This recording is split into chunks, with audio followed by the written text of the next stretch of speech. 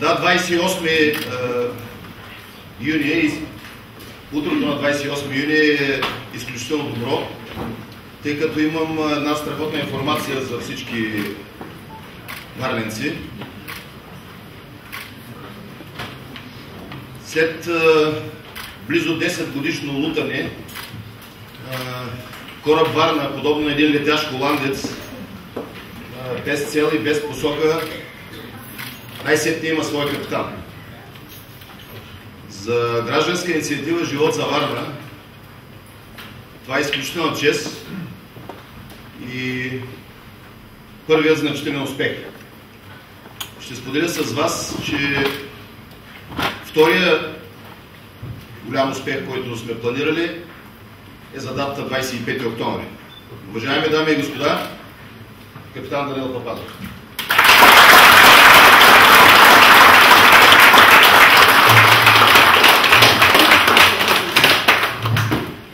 Добър ден на всички! Уважаеми дами и господа, скъпи приятели, виждате ме тук пред вас, следователно съм приел поканата на гражданска инициатива "Живот за Варна". Аз съм човек, който обича да работи и ако имам живот и здраве, ще се опитам да го правя това колкото се може по-дълго. Приех предложението на гражданската инициатива, което е изключително голямо предизвикателство за мен. Вземах решението трудно, след дълга дискусия с моето семейство. Няколко са причините, поради които приех това предложение. И едната от тях е именно, че Варна се нуждае от много работа. Градът е в изключително занемарено положение. Проблемите са трупани през годините, без да се търси трайно решение. Икономиката на града не върви, блясъкът изчезна, културният живот е пренебрегнат. Спортните събития, значимите спортни събития се ограничават само в Двореца на спорта и културата поради липса на друга инфраструктура. С други думи, загубихме съревнованието с Бургас и непрекъснато продължаваме да го губим. А Варна беше прекрасно място за живеене, за отглеждане на деца, за тяхното възпитание, за учене, за спорт, за култура, за правене на бизнес. От Варна всички гости се тръгваха удовлетворени и с спомени, които ги връщаха отново и отново тук. Другата причина, поради която приех това предизвикателство, е, че натрупах значителен опит през годините и вече мисля достатъчно бели коси. Почти 12 години работих като директор на пристанище Варна, едно изключително тежко предприятие за управление. Горд съм с целия период на своята работа в пристанището. Само ще ви спомена, че когато започнах работа през 2001 година, товарооборота на пристанището беше 4 милиона, а сега е почти 12. 12 плюс 2, една година и 2 месеца точно, страховити месеци в Министерството на транспорта, информационните технологии и съобщенията. Изключително предизвикателство беше за мен това, но аз съм горд с това, което направих, защото не допуснах нито лев, евро да бъде загубено от оперативна програма "Транспорт" за стария програмен период. Оперативна програма "Транспорт" беше давана многократно като пример за най-добре работещата в България. Успях да подготвя и новия програмен период, като включихме проекти, които са знакови за град Варна. А именно рехабилитацията на първата ЖП линия на територията на България Варна-Русе, отсечката Синдел-Карнобат, която дава една изключителна възможност за връзка на Варна с южния път номер 1. Разбира се, продължихме и работата по проектирането на трасето на автомагистрала "Хемус". И сега на министър Московски, когото много уважавам, му е лесно, но не по-лесно. Казвам го без ирония, с съзнанието, че в такова важно за отрасъла министерство е от изключителна важност приемствеността. Приемствеността води до добри резултати за цялата страна.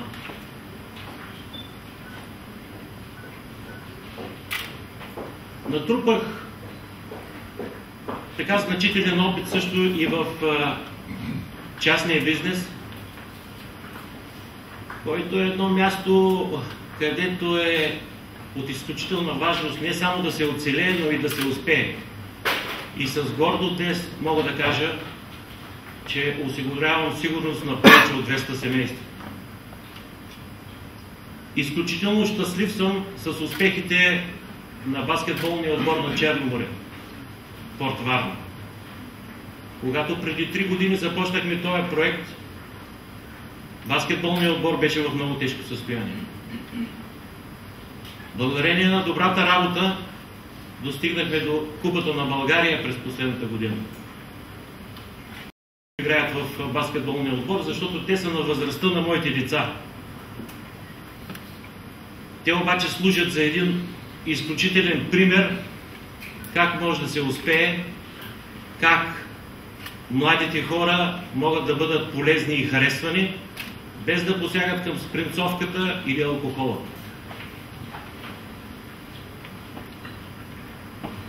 Аз съм горд баща на 2 деца и щастлив дядо на 3 внук. И зная проблемите на младите хора. Непрекъснато разговарям с тях и виждате, че тук сред нашите гости има доста от тях. Зная от какво се нуждаят. И на първо място това е от едно добро обучение и възпитание. На второ място се нуждаят от работни места с добра заплата. На трето, но не на последно място, от изключителна важност е да живеят в един модерен, уреден град, който да им дава стимул да останат на това място. Хубаво е, че ще сме европейска столица на младежта, но за мен е много по-важно младите хора да останат в град Варна, за да не се наложи след 2 години в събитията да участват хора като мен, на нашата възраст.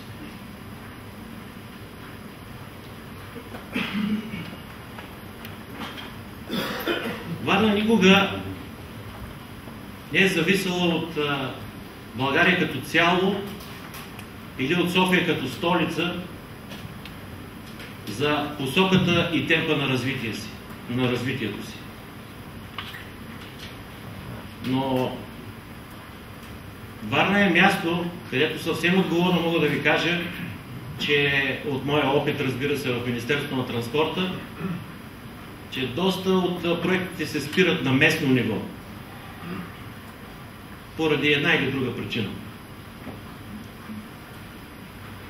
Тук трябва да мислим за високоскоростен, общодостъпен, широколентов интернет навсякъде.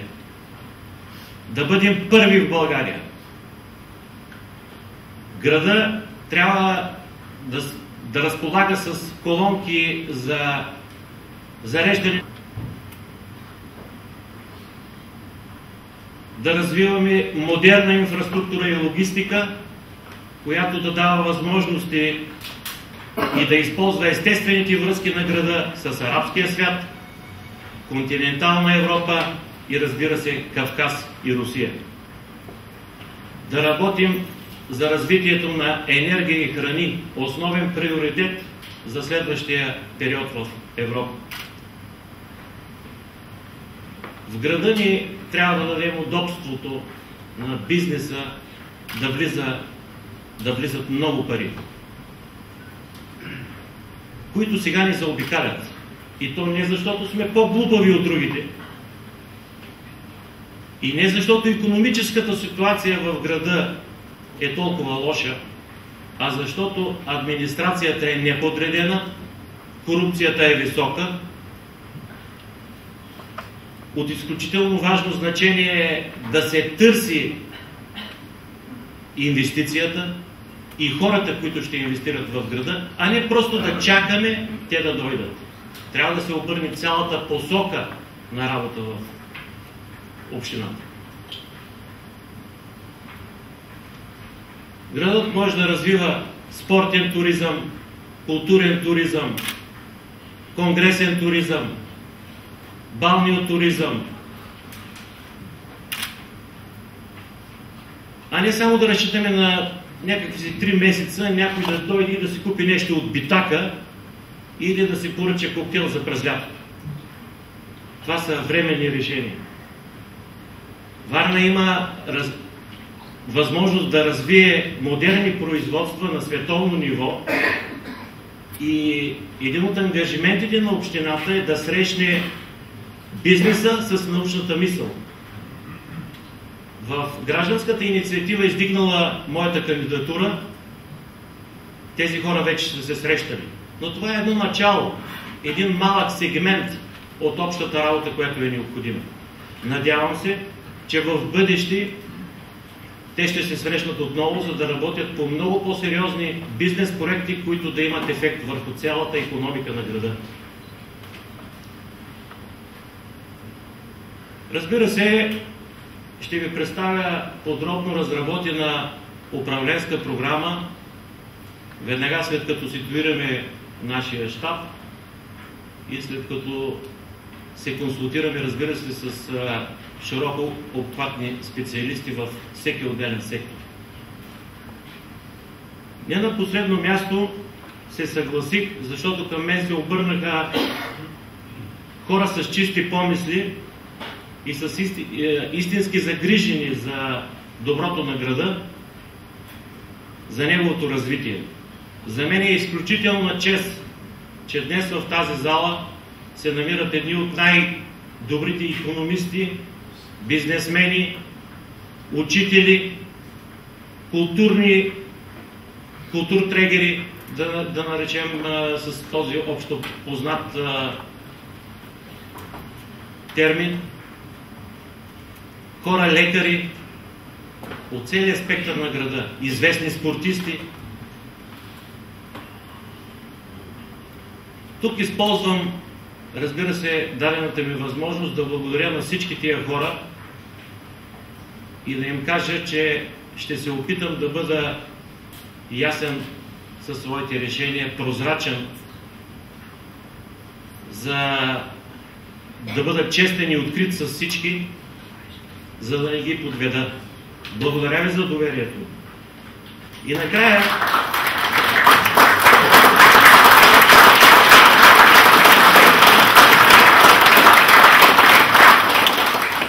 накрая за да не ставам досаден, искам да ви кажа няколко думи, които сигурно много ви интересуват, но за мен са изключително маловажни. От няколко месеца наблюдавам изключителна страст в много от медиите да ме оцветят по някакъв начин. Искам да ви заявя ясно и точно. Няма да ме намерите в партийните централи. Не ме търсете там.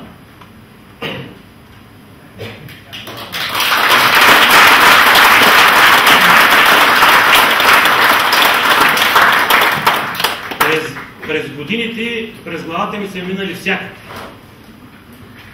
Но аз съм се научил да деля хората на можещи и неможещи. Нека този път да подходим по малко по-различен начин, да свършим повече работа и по време на кампанията наистина да разговаряме за проблемите на града и да се опитаме да ги разрешим. Благодаря ви на всички за вниманието.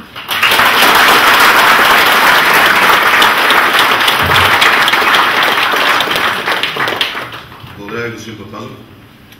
Уважаеми дами и господа, преди да дам възможността да зададете своите въпроси, искам да изпълня едно свое обещание от първата пресконференция, която давахме преди една седмица. Това е да споделим с вас онези варненски личности, които в рамките на една седмица се присъединиха към гражданска инициатива „Живот за Варна“. Давам думата на адвокат Милен Ралчев. Уважаеми дами и господа, новите лица, които застават зад номинацията на капитан Папазов за кмет на Варна и го подкрепят със своя личен авторитет, са Емил Иванов, един от най-известните тенори в света, прославил Варна и България на всички световни сцени.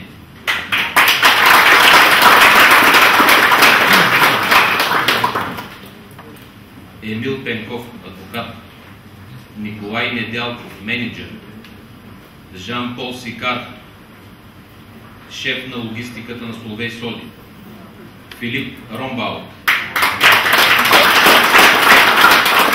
собственик на Агрополихим, Янчо Янчев, бизнесмен, ресторантьор, Пенко Стоянов, президент на фирмата Нектон, Станислав Дочев, управител на фирма Митническо агентиране и спедиция. Помните, че при представянето на нашата гражданска инициатива „Живот за Варна“ с своите имена и личен авторитет застанаха още 50 лица. Списъците ви бяха раздадени. Мога да ви кажа, че изключително са динамични събитията. Със всеки изминал час все повече и нови лица застават за подкрепата на капитан Папазов.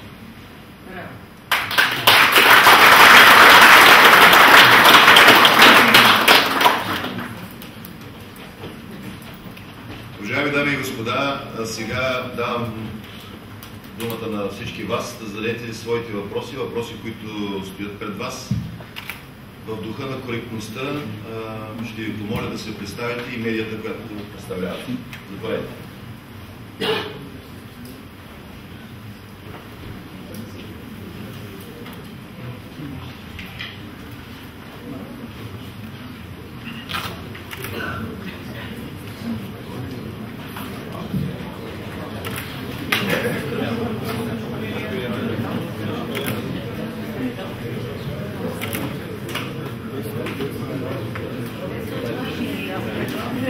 Аз не мисля, че капитан Папазов е респектирал толкова много и сега не смейте да даде своите въпроси.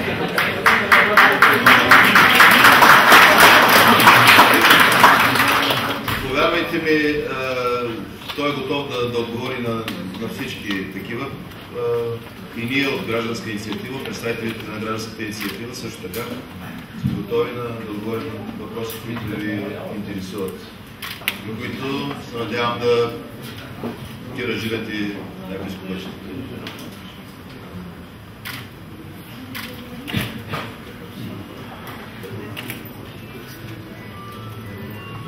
Да считаме, че няма. Благодаря ви за участието. Закривам пресконференцията.